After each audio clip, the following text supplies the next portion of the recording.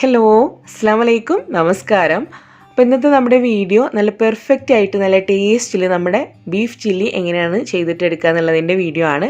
അപ്പോൾ ഈ ഒരു ബീഫ് ചില്ലി എല്ലാവർക്കും എളുപ്പം ചെയ്തിട്ടെടുക്കാൻ പറ്റുന്ന റെസിപ്പിയാണ്. പക്ഷേ നമ്മൾ കുറച്ച് കാര്യങ്ങളൊക്കെ ശ്രദ്ധിച്ചു കഴിഞ്ഞാലാണ് നല്ല പെർഫെക്റ്റ് ആയിട്ട് എന്നാൽ നല്ല ടേസ്റ്റിൽ നമ്മൾ റെസ്റ്റോറൻറ്റിൽ നിന്നൊക്കെ കഴിക്കുന്ന ഒരു സെയിം ടേസ്റ്റിൽ അതല്ലെങ്കിൽ അതിനേക്കാൾ കൂടുതൽ ടേസ്റ്റിൽ നമുക്ക് ചെയ്തിട്ടെടുക്കാൻ പറ്റുന്നത്. അപ്പോൾ എന്തായാലും നമുക്ക് വീഡിയോയിലേക്ക് പോവാം. അപ്പോൾ ചാനൽ ആദ്യമായിട്ട് കാണുന്നവരാണ് നിങ്ങളെങ്കിൽ ഒന്ന് സബ്സ്ക്രൈബ് ചെയ്തിട്ട് സപ്പോർട്ട് ചെയ്യുക. കൂടെ അതിൻ്റെ സൈഡിൽ ഒരു കുഞ്ഞു ബെല്ലൈക്കൺ കൂടെ കാണാം, അതുകൂടെ ഒന്ന് പ്രസ് ചെയ്തിട്ട് അതിൽ നിന്ന് ഓൾ എന്നുള്ള ഓപ്ഷൻ സെലക്ട് ചെയ്തിട്ട് വെക്കുക. അപ്പോൾ ഇനി നമുക്ക് എങ്ങനെയാണ് ഈ ബീഫ് ചില്ലി നല്ല പെർഫെക്റ്റ് ആയിട്ട് ഉണ്ടാക്കിയെടുക്കുന്നത് എന്നുള്ളത് നോക്കാം. അപ്പോൾ അതിന് വേണ്ടി ആദ്യം തന്നെ നമ്മുടെ ബീഫ് നമ്മളൊന്ന് പ്രഷർ കുക്കറിൽ ഇട്ടിട്ട് വേവിച്ചെടുക്കണം. അപ്പോൾ ഞാനിവിടെ എടുക്കുന്നത് 1 കിലോ ബീഫാണ്. ബീഫ് നമ്മൾ എല്ല് കഷ്ണങ്ങളൊന്നും ഇല്ലാതെ ഇതുപോലെ നല്ല തുണ്ട് കഷ്ണങ്ങളാണ് കേട്ടോ അതിന് വേണ്ടത്.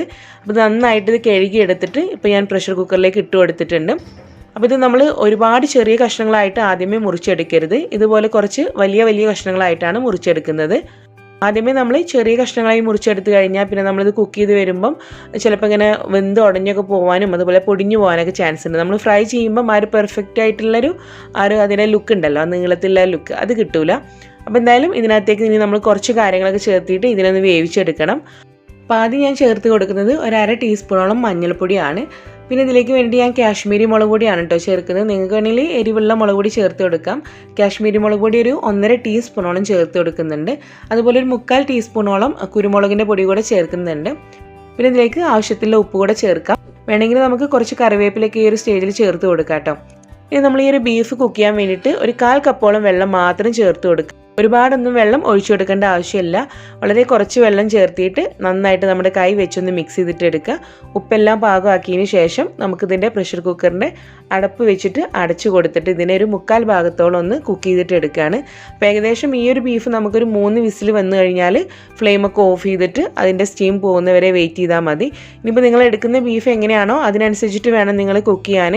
എന്തായാലും നമ്മളൊരു 3/4 ഭാഗത്തോളം മാത്രമേ കുക്ക് ചെയ്യാൻ പാടുള്ളൂ. ബാക്കി നമ്മൾ ഫ്രൈ ചെയ്യുന്ന സമയത്താണത് കുക്ക് ആവേണ്ടത്. അപ്പോൾ അത് ശ്രദ്ധിച്ചിട്ട് നിങ്ങളത് കുക്ക് ചെയ്തിട്ട് എടുക്കുക കേട്ടോ. അപ്പോൾ നമ്മുടെ പ്രഷർ കുക്കറിൽ 3 വിസിൽ വന്നതിന് ശേഷം ഞാനിപ്പോൾ ഫ്ലെയിമൊക്കെ ഓഫ് ചെയ്ത് സ്റ്റീമൊക്കെ പോയിട്ട് ഇവിടെ എടുത്തിട്ടുണ്ട്.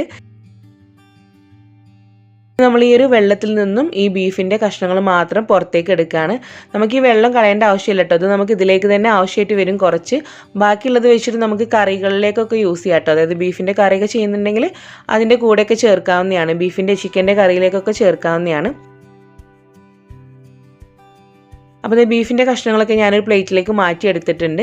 ഇനി നമ്മൾ ഒന്ന് വേണമെങ്കിൽ ചൂടൊക്കെ പോയിട്ട് ഇതുപോലെ കട്ട് ചെയ്തെടുത്താൽ മതി. അതല്ലെങ്കിൽ ഇതുപോലെ തന്നെ നമ്മൾ നീളത്തിൽ ചൂടോടെ ആണെങ്കിലും കട്ട് ചെയ്തിട്ട് എടുക്കാം. വളരെ ചെറുതായിട്ട് കട്ട് ചെയ്തെടുക്കണ്ട കേട്ടോ. നമ്മൾ സാധാരണ റെസ്റ്റോറൻറ്റിൽ നിന്ന് കിട്ടുന്ന ഒരു സ്റ്റൈൽ ഉണ്ടല്ലോ കുറച്ച് നീളത്തിൽ, അതേ രീതിയിൽ തന്നെ കുറച്ച് കനം കുറഞ്ഞ് കട്ട് ചെയ്തിട്ട് എടുക്കുകയാണ്. അപ്പോൾ ഇതേ ബീഫ് കഷ്ണങ്ങളൊക്കെ ഞാനിതുപോലെ നീളത്തിൽ കട്ട് ചെയ്തെടുത്തിട്ടുണ്ട്. ഇനി നമ്മൾ ചെയ്യാൻ പോകുന്നത് ഇതിനെ സെക്കൻഡ് മാരിനേഷൻ കൊടുക്കുകയാണ് നമുക്കിത് ഫ്രൈ ചെയ്യാൻ വേണ്ടിയിട്ട്. അതിന് വേണ്ടി ഒരു ക്ലീൻ ബൗൾ എടുക്കാം. ഇതിലേക്ക് ഞാനൊരു 1/4 ടീസ്പൂൺ മഞ്ഞൾപ്പൊടി ചേർക്കുന്നുണ്ട്. ഓൾറെഡി നമ്മൾ മഞ്ഞൾപ്പൊടിയൊക്കെ ചേർത്തിട്ടാണ് കേട്ടോ ബീഫ് വേവിച്ചിട്ടുള്ളത്. അപ്പോൾ ഇവിടെ നമുക്കൊരു 1/4 ടീസ്പൂൺ മതിയാകും.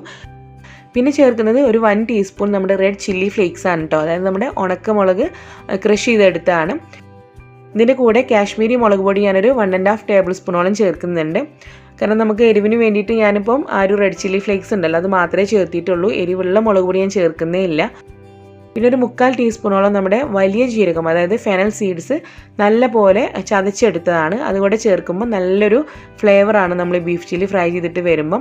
പിന്നെ നമ്മുടെ ഗരം മസാല പൗഡർ ഒരു 3/4 ടീസ്പൂണോളം ചേർത്ത് കൊടുക്കുന്നുണ്ട്. ഇതിന് കൂടെ ഇഞ്ചിയും വെളുത്തുള്ളി നല്ല പോലെ തന്നെ ചതച്ചെടുത്തത് ഒരു 1.5 ടേബിൾ സ്പൂണോളം ചേർക്കുന്നുണ്ട്. ഇനി അടുത്ത് നമുക്കിതിലേക്ക് ചേർക്കാനുള്ളത് സോയ സോസാണ്. ഒരു 1/4 ടീസ്പൂൺ മാത്രം സോയ സോസ് ഇതിലേക്ക് ചേർത്ത് കൊടുക്കുക. അതുപോലെ തന്നെ ഒരു 1/2 ടീസ്പൂണോളം റെഡ് ചില്ലി സോസാണിത്. ഇത് ഓപ്ഷനിലാണ് കേട്ടോ. നിങ്ങളുടെ കയ്യിലുണ്ടെങ്കിൽ ചേർത്ത് കൊടുത്തു കഴിഞ്ഞാൽ കുറച്ചുകൂടെ ടേസ്റ്റാണ്. ഇനി ഇതിലേക്ക് നമ്മൾ ചേർക്കേണ്ടത് കോൺഫ്ലോർ ആണ്. ഞാനൊരു 2 ടേബിൾ സ്പൂണോളം കോൺഫ്ലോർ ഇതിലേക്ക് ചേർത്ത് കൊടുക്കുന്നുണ്ട്. അടുത്തതിലേക്ക് ചേർക്കുന്നത് ഞാൻ വൈറ്റ് വിനീഗറാണ്, അതായത് നമ്മുടെ സുർക്കയാണ്. ഇതിന് പകരമായിട്ട് നമുക്ക് ഒരു നാരങ്ങയുടെ പകുതി നീരെടുത്തിട്ട് അത് വേണമെങ്കിൽ ഒഴിച്ചു കൊടുക്കാം. പിന്നെ ഒരു ശകലം ഉപ്പ് കൂടെ ഈ ഒരു സ്റ്റേജിൽ ചേർത്ത് കൊടുക്കുകയാണ്. നേരത്തെ നമ്മൾ ഉപ്പൊക്കെ ചേർത്തിട്ടാണ് വേവിച്ചതെങ്കിലും കുറച്ചും കൂടെ ഉപ്പ് ഈ ഒരു സമയം ചേർത്ത് കൊടുക്കുക.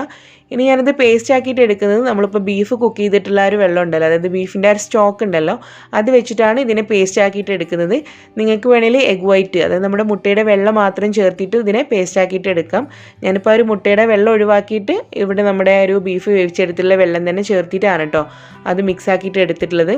പിന്നെ ഇതിലേക്ക് ഞാനൊരു പിഞ്ച് പെർമിറ്റഡ് ആയിട്ടുള്ള ഫുഡ് കളർ കൂടെ ചേർത്ത് കൊടുക്കുകയാണ്. അത് ഓപ്ഷനിലാണ്, നമ്മളിങ്ങനെ ഫോട്ടോ ഒക്കെ എടുക്കുമ്പോൾ ഒരു ഭംഗിക്കൊക്കെ വേണ്ടിയിട്ടാണ്. സാധാരണ നമ്മുടെ കാശ്മീരി റെഡ് ചില്ലി പൗഡർ ചേർക്കുമ്പോൾ തന്നെ അത്യാവശ്യം കളറും കാര്യങ്ങളൊക്കെ ഉണ്ടാവും.